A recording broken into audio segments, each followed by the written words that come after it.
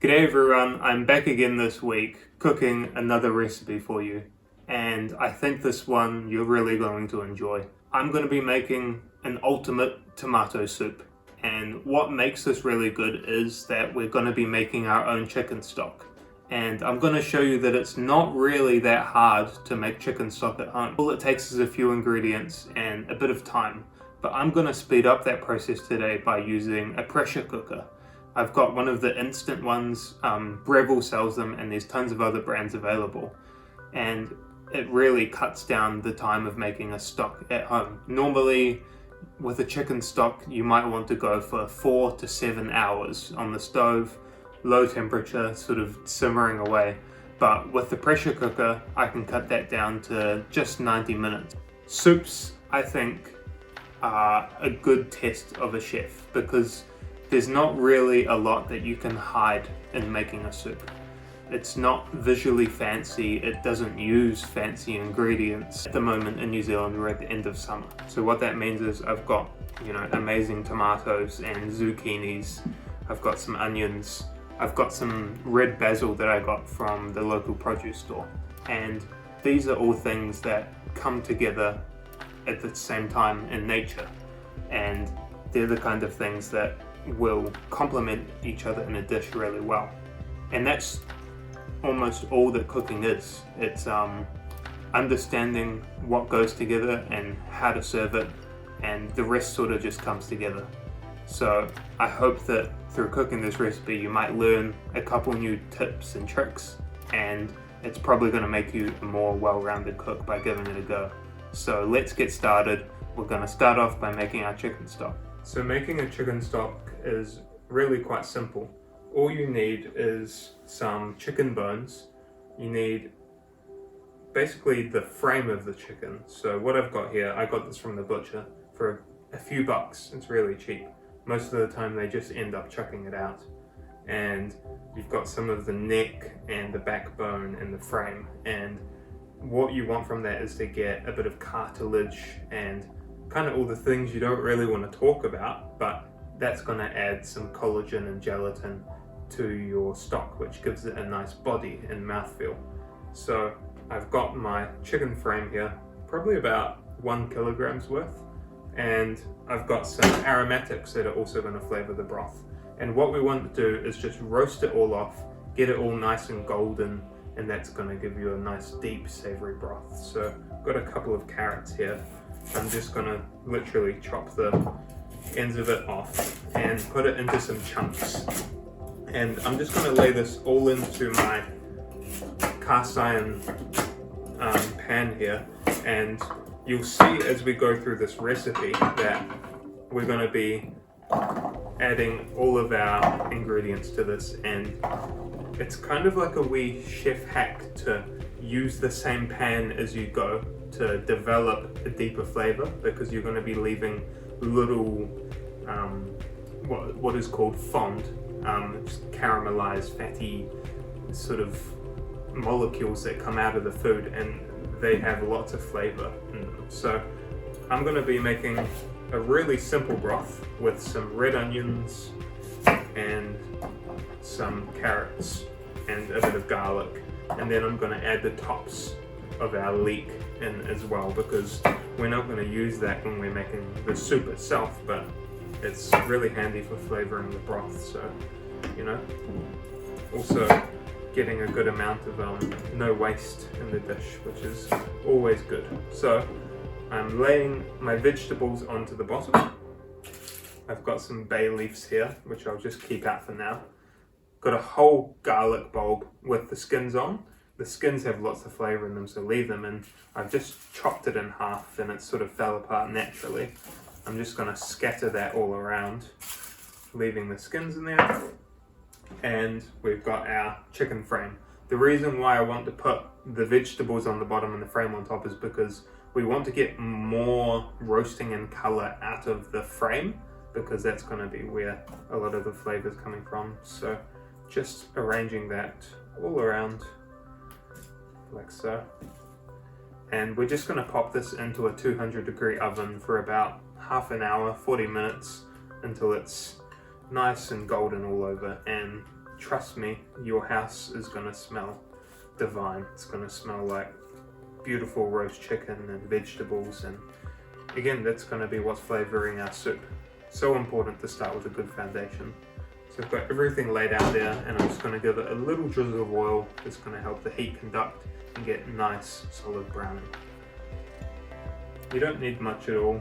There's a lot of fat that's going to come out of the skin of the chicken, but that'll get us started.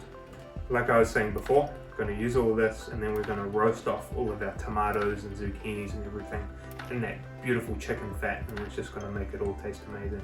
So I'm going to go get this in the oven now. This is bloody heavy. Okay, so it should be ready to go now.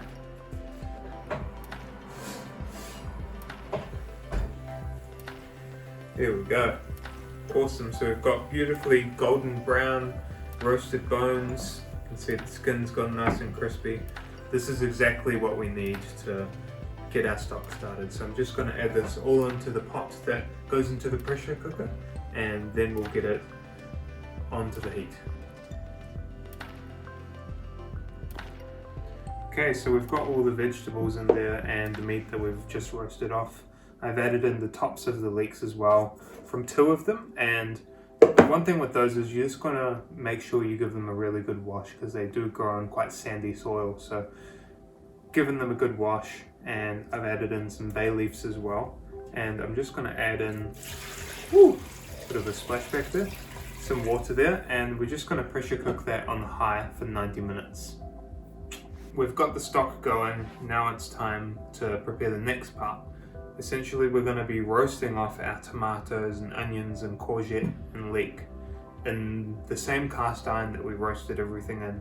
As you can see, we've got quite a wee bit of mess in there really. It looks not very appealing, but what's in there is all little caramelized bits that's come out of the roasting of the chicken and the vegetables, and that's going to end up in our final product. So we're just going to chop everything up, add it in, and then roast it and get everything nice and golden and sweet. And then after that, we're going to be adding the stock, the roasted vegetables together, simmer it for not very long at all, 5-10 minutes, and then blitzing it and emulsifying in some cold cubes of butter. And that's going to make it the perfect soup. So I'll just get started there by sort of halving these wee onions, and we probably don't need a crap load because we're adding leek as well, and that does have a similar sort of profile to adding onions. So I'm just going to chop these up, and then we're going to sort of quarter off our tomatoes. Cut these lengthwise and then just into very rough, nice big chunks. This is the kind of cooking where when you're going to blend it all up, it doesn't really matter how you cut it as long as everything gets cooked really well. And we've got quite a while to wait until our stock's ready, so we may as well get everything beautifully roasted and golden. Adding everything in, and again, the house just smells amazing. So I'm not going to worry about taking the core out or anything fancy like that either. Just into quarters and on top. So I've just washed the leeks, and I'm just going to chop them into wee sort of 2 centimeter pieces, and we're just going to use everything apart from the little butt of it at the bottom. And again, our pan is very full now, but as you'll see, a lot of this will sort of shrivel up as we go, and you know, it's not going to be very conducive for browning from the get-go, but we've got quite a while to achieve that. So added that all in, and I'm just going to give this a generous wee seasoning of salt. Okay, so we've got our butter here, and probably about 100 grams or so, and I'm just going to scatter that over the top.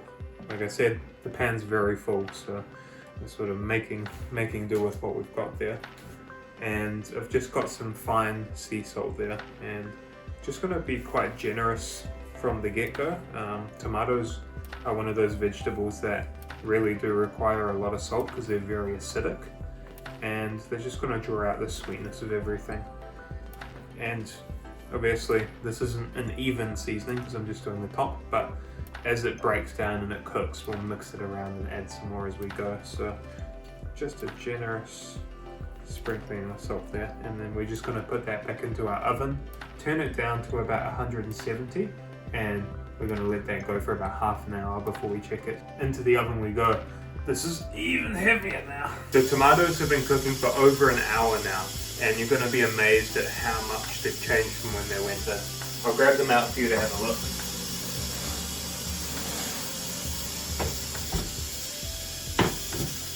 Come over here. So as you can see, it's really melted down completely, and the tomatoes almost don't even hold their shape anymore. As they've been cooking, I've been mixing it around a little bit and also straining off some of the liquid that comes out of it. That's really helpful in terms of removing some of that moisture so it continues to roast rather than to steam.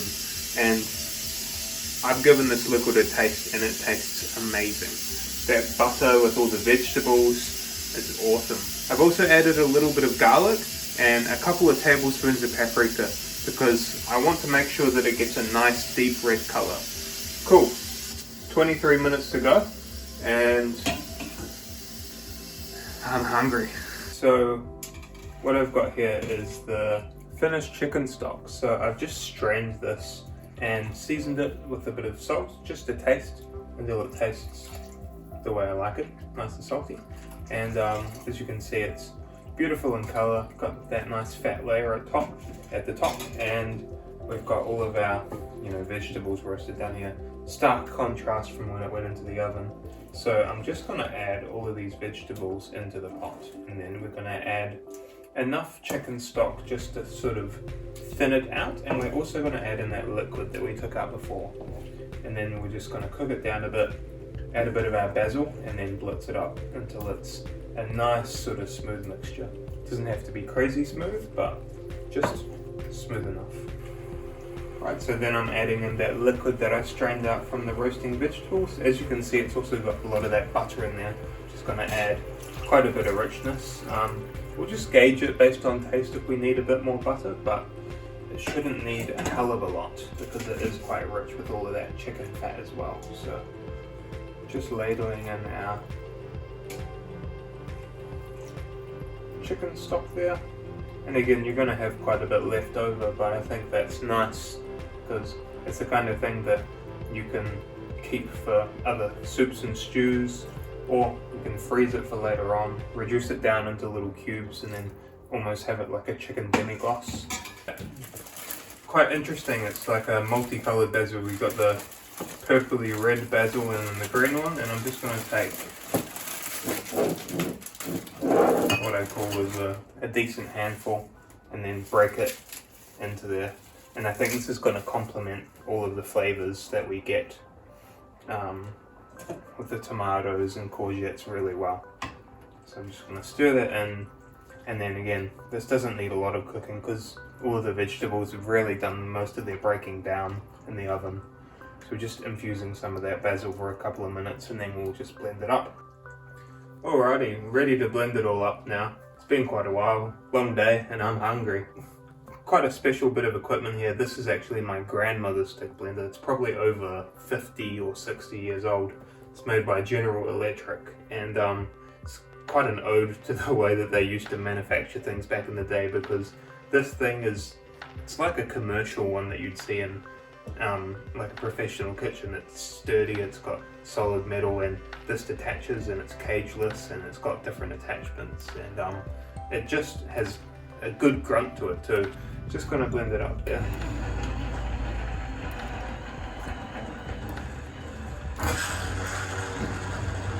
So it is looking quite thick, so I might just add in a bit more of that chicken stock. I don't want it to be a super thick soup, but not watery either. I think that's one of the things about cooking, is it's always important to have that sort of idea that you can adjust as you go. So it's getting to quite a good consistency now, as you can see. And it's not super smooth, it's never going to be like going through a Thermomix, but I think that's how I like it for when I'm cooking at home. Keep the ultra fine purees for work. And as you can tell, look at it. You won't find anything at the store that'll work at this good. these days.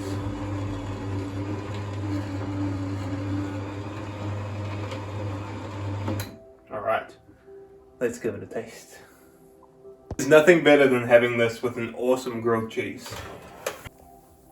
Alright, toasties coming off the press. Yum yum. Here we go. Stack them on top of each other. Grab our knife. This is just a super simple, super classic grilled cheese. Melting in the middle, delicious. Grab our bowls. Nice ladle of the soup. Okay, there you have it. The ultimate roast tomato soup with basil and a grilled cheese toastie. Exactly what I needed today. I'll catch you next week.